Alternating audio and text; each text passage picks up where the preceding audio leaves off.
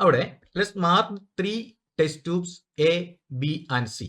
ഈ 3 ടെസ്റ്റ് ട്യൂബിനെ എ എന്നും ബി എന്നും സി എന്നും പേരുള്ള അത് മാർക്ക് ചെയ്യുക. ഇനി അത് നമ്മൾ ചെയ്യുന്ന idea, if the colour of red litmus paper gets changed to blue, ഇതിൽ ഏതെങ്കിലും ഒന്നിന്റെ കളർ, ഈ റെഡ് ലിറ്റ്മസ് പേപ്പറിനെ, ഇന്നത്തെ വീഡിയോ CBSE 10ാം ക്ലാസ്സിലെ രണ്ടാമത്തെ ചാപ്റ്റർ, കെമിസ്ട്രിയുടെ രണ്ടാമത്തെ chapter acids, bases and salt, ഇതിലെ ടെക്സ്റ്റ് ബുക്കിലെ കുറച്ച് ക്വസ്റ്റ്യൻസ് ആണ് ചെയ്യുന്നത്. You have been provided with 3 test tubes. One of them contains distilled water and the other 2 contain an acidic solution and a basic solution respectively. If you are given only red litmus paper, how will you identify the contents of each test tube? നമുക്ക് 3 test ട്യൂബുകൾ തന്നിട്ടുണ്ട്. One of them contains distilled water, ഒന്നിൽ distilled water ആണ്, and the other 2 contain an acidic solution and A basic solution. അപ്പോൾ 3 test ട്യൂബിൽ ഒന്നിൽ distilled വാട്ടറും, ഒന്നിൽ അസിഡിക് സൊല്യൂഷനും, ഒന്നിൽ ബേസിക് സൊല്യൂഷനും ആണ്. If you are given only red litmus paper, നമുക്ക് റെഡ് ലിറ്റ്മസ് പേപ്പർ മാത്രമേ തന്നിട്ടുള്ളൂ. റെഡും ബ്ലൂ ഉണ്ടായിരുന്നെങ്കിൽ നമുക്ക് എളുപ്പത്തിൽ ടെസ്റ്റ് ചെയ്ത് കണ്ടുപിടിക്കാമായിരുന്നു. പക്ഷെ ഇവിടെ ആകെ നമുക്ക് തന്നത് റെഡ് ലിറ്റ്മസ് പേപ്പർ മാത്രമാണ്. How will you identify the contents of each test tube? അപ്പോൾ 3 ടെസ്റ്റ് ട്യൂബിലും ഏതിലാണ് ഡിസ്റ്റിൽഡ് വാട്ടർ, ഏതിലാണ് അസിഡിക് സൊല്യൂഷൻ, ഏതിലാണ് ബേസിക് സൊല്യൂഷൻ എന്ന് നമുക്ക് എങ്ങനെ ഐഡന്റിഫൈ ചെയ്യാൻ പറ്റും? അവിടെ let's mark 3 test tubes A, B and C.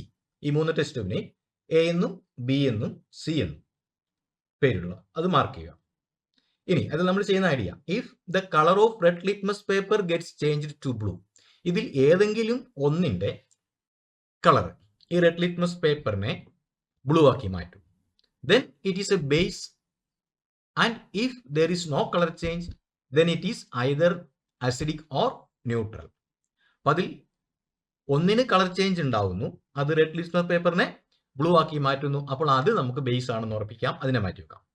പിന്നെ ഈ ബാക്കിയുള്ള 2 സൊല്യൂഷനിൽ കളർ ചേഞ്ച് ഉണ്ടാവില്ല, അത് ഏതാണെന്ന് നമുക്ക് ഉറപ്പിക്കാൻ പറ്റില്ല. അത് ഒന്നുകിൽ അസിഡിക് ആയിരിക്കാം, അല്ലെങ്കിൽ ന്യൂട്രൽ ആയിരിക്കാം. This basic solution can be easily identified. അപ്പോൾ നമ്മൾ നേരത്തെ പറഞ്ഞു, ബേസിക് സൊല്യൂഷൻ നമുക്ക് കണ്ടുപിടിച്ചു, ഇതിൽ ഏതെങ്കിലും ഒന്ന് ബേസിക് സൊല്യൂഷൻ ആണ്, അതിനെ നമുക്ക് മാറ്റിവെക്കാം. ഇനി നമുക്ക് അടുത്ത സ്റ്റെപ്പ്, ഓരോ സ്റ്റെപ്പുകളായിട്ട് പറയാം. Now perform the following steps to identify the content of each test tube. A drop of the solution A is put on the red litmus paper. Same is, ഇത് നേരത്തെ പറഞ്ഞതിന്റെ കൂടെ ഓരോ സ്റ്റെപ്പായിട്ട് പറയാം. A drop of the solution A is put on the red litmus paper. Same is repeated with the solution B and C. ഇനി അടുത്തതല്ല, ഓരോ സ്റ്റെപ്പായിട്ടാണ് പറയുന്നത്. ആദ്യം പറഞ്ഞത് നമ്മുടെ ഐഡിയ ആണ് ആദ്യം ഞാൻ പറഞ്ഞത്. അതിൽ ഒന്നിനെ നമുക്ക് ബേസ് ആയിട്ട് ഐഡന്റിഫൈ ചെയ്യാൻ പറ്റും. അപ്പൊ ചെയ്യേണ്ട പ്രൊസീജിയർ ആണ് ഇനി പറയുന്നത്.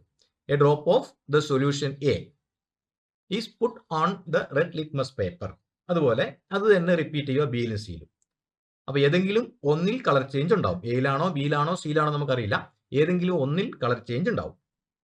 If either of them changes colour to blue then it is basic. അപ്പോൾ ഒരെണ്ണത്തിന് കളർ ചേഞ്ച് ഉണ്ടാവുന്നു, അത് ബേസിക് ആണ് നമ്മൾ ഉറപ്പിച്ചു, അതിനെ മാറ്റിവെച്ചു. therefore out of 3 1 is removed. അതിനെ നമുക്ക് മാറ്റിവെക്കാം. ഇനി നമുക്ക് 2 ടെസ്റ്റ് ട്യൂബ് ആണ് നമ്മുടെ കയ്യിലുള്ളത്. out of the remaining 2 anyone can be acidic or neutral. Base നമ്മൾ മാറ്റിവെച്ചു. ഇനിയുള്ളതിൽ ഈ 2 ടെസ്റ്റ് ട്യൂബിൽ ഒന്ന് അസിഡിക് ആവാം, ഒന്ന് ന്യൂട്രൽ ആവാം. അതിനുശേഷം ചെയ്യേണ്ട കാര്യം, now a drop of basic solution is mixed with a drop of each of the remaining 2 solutions separately, and then the nature of drops of the mixtures is checked.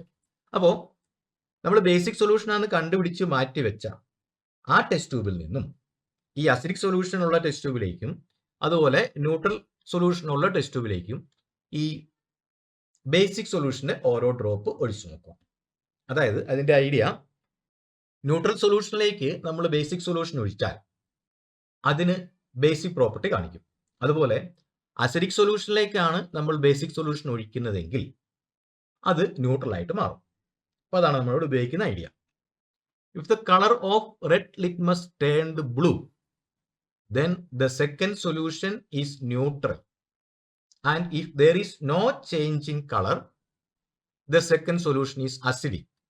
This is because acidic and basic solutions neutralize each other. ഇപ്പോൾ പറഞ്ഞ കാര്യം പോലെ തന്നെ അതിൽ ഏതെങ്കിലും ഈ രണ്ടാമത് ബാക്കിയുള്ള റിമൈനിങ് 2 ടെസ്റ്റ് ട്യൂബിൽ ബേസിക് സൊല്യൂഷനുമായിട്ട് മിക്സ് ചെയ്ത് കഴിഞ്ഞിട്ട് അതിൽ ഏതെങ്കിലും റെഡ് ലിറ്റ്മസിന്റെ കളറിനെ ബ്ലൂ ആക്കുന്നുണ്ടെങ്കിൽ if the colour of red litmus turns blue then the second solution is neutral. കാരണം നമ്മൾ ന്യൂട്രൽ സൊല്യൂഷനിലേക്ക് ബേസിക് സൊല്യൂഷൻ ഒഴിച്ചാൽ ആ ന്യൂട്രൽ സൊല്യൂഷൻ ബേസ് ആയിട്ട് മാറും, ബേസിന്റെ പ്രോപ്പർട്ടി കാണിക്കും. അപ്പോൾ അത് വീണ്ടും റെഡ് ലിറ്റ്മസിനെ ബ്ലൂ ആക്കി മാറ്റും. അപ്പോൾ രണ്ടാമത് ബേസിക് സൊല്യൂഷൻ ഒഴിച്ച് കഴിഞ്ഞിട്ടുള്ള ടെസ്റ്റ് ട്യൂബിൽ അതിൽ ഒരു ടെസ്റ്റ് ട്യൂബിന് കളർ ചേഞ്ച് വരുന്നുണ്ടെങ്കിൽ അപ്പോൾ അത് ബേസ് ആണ്. അതിന്റെ അർത്ഥം ഈ ബേസിക് സൊല്യൂഷൻ ഒഴിക്കുന്നതിന് മുമ്പ് അത് ന്യൂട്രൽ ആയിരുന്നു. ഇതാണ് if the colour of red litmus turns blue then the second solution is neutral. ആദ്യം ന്യൂട്രൽ സൊല്യൂഷൻ ആയിരുന്ന അതാണ് രണ്ടാമത്തെ ടെസ്റ്റിൽ ബേസ് ആയിട്ട് കാണിക്കുക. കാരണം ബേസിക് സൊല്യൂഷൻ ആണ് നമ്മൾ അതിനെ ഒഴിച്ചത്. And if there is no change in colour then the second solution is acidic. കാരണം നേരത്തെ ആസിഡ് ആയിരുന്ന ആ സൊല്യൂഷനിലേക്ക് നമ്മൾ ബേസിക് സൊല്യൂഷൻ ഒഴിച്ചാൽ ആസിഡും ബേസും കൂടെ റിയാക്ട് ചെയ്ത് അത് ന്യൂട്രൽ ആയിട്ട് മാറും. This is because acidic and basic solutions neutralise each other. അപ്പോൾ നമ്മൾ ചെയ്തത് 2 ടെസ്റ്റ് ട്യൂബ് എടുത്തു, അതിൽ നിന്നും ആദ്യത്തെ ബേസിക് സൊല്യൂഷൻ ഈ ഓരോ ടെസ്റ്റ് ട്യൂബിലേക്ക് മിക്സ് ചെയ്തു. അപ്പോൾ ന്യൂട്രൽ ആണെങ്കിൽ ആ സൊല്യൂഷൻ, ആദ്യം ന്യൂട്രൽ ആയിരുന്ന സൊല്യൂഷൻ ബേസിക് പ്രോപ്പർട്ടി കാണിക്കും. അപ്പോൾ അത് റെഡ് ലിറ്റ്മസ് പേപ്പറിനെ ബ്ലൂ ആക്കും. അതിൽ നിന്ന് മനസ്സിലാക്കാം ഇത് ആദ്യം ന്യൂട്രൽ സൊല്യൂഷൻ ആയിരുന്നു എന്ന്. ഇനി and if there is no change in colour, മറ്റേ ടെസ്റ്റ് ട്യൂബ് രണ്ടാമത്തെ ടെസ്റ്റ് ട്യൂബിൽ കളർ ചേഞ്ച് ഒന്നും ഉണ്ടായില്ലെങ്കിൽ അതിനർത്ഥം ബേസിക് സൊല്യൂഷൻ അതിലേക്ക് ഒഴിച്ചിട്ടും കളർ ചേഞ്ച് ഉണ്ടായില്ലെങ്കിൽ അതിനർത്ഥം ഇപ്പോൾ അത് ന്യൂട്രൽ ആണ്. അപ്പോൾ നേരത്തെ അത് അസിഡിക് ആയിരുന്നു. ആ ആസിഡിലേക്ക് ബേസ് ഒഴിച്ചപ്പോഴാണ് അത് ന്യൂട്രൽ ആയത്. Then second solution is acidic. This is because acidic and basic solution neutralise each other. Hence we can distinguish between 3 types of solutions. ഒന്നുകൂടി പറയാം. 3 ടെസ്റ്റ് ട്യൂബ് ഉണ്ട്, അതിനെ പേരൊക്കെ മാർക്ക് ചെയ്തു. അതിനുശേഷം അതിൽ ഏതോ ഒരു ടെസ്റ്റ് ട്യൂബിൽ നമുക്ക് റെഡ് ലിറ്റ്മസ് പേപ്പർ ബ്ലൂ ആയിട്ട് മാറി. അപ്പോൾ അത് ബേസ് ആണെന്ന് മനസ്സിലാക്കി. ഇനി ആ ബേസിക് സൊല്യൂഷൻ മറ്റ് ഓരോ 2 ടെസ്റ്റ് ട്യൂബ് ഉള്ളതിൽ ഓരോന്നിലും ബേസിക് സൊല്യൂഷൻ കുറേശ്ശെ ഒഴിച്ചു. അപ്പോൾ അതിൽ ആദ്യം ന്യൂട്രൽ സൊല്യൂഷൻ ആയിരുന്നെങ്കിൽ ഇപ്പോൾ ആ 2 ടെസ്റ്റ് ട്യൂബിൽ ഒന്ന് ബേസിക് സൊല്യൂഷൻ ബേസിക് പ്രോപ്പർട്ടി കാണിക്കും. ഇനി ആദ്യം ആസിഡ് ആയിരുന്നത് അതിലേക്ക് ബേസ് ഒഴിച്ചു കഴിഞ്ഞപ്പോൾ അത് ന്യൂട്രൽ ആയിട്ട് മാറും. അപ്പൊ രണ്ടാമത് ടെസ്റ്റ് ചെയ്യുമ്പോൾ ബേസിക് സൊല്യൂഷൻ കാണിച്ചത് ഏതാണോ ആയിരുന്നു ആദ്യം ന്യൂട്രൽ സൊല്യൂഷൻ. രണ്ടാമത്തെ ടെസ്റ്റിൽ ന്യൂട്രൽ ആയിട്ട് കാണേണ്ടത് ഏതാണോ അതായിരുന്നു ആദ്യം ആസിഡ് ആയിട്ടുണ്ടായിരുന്നു.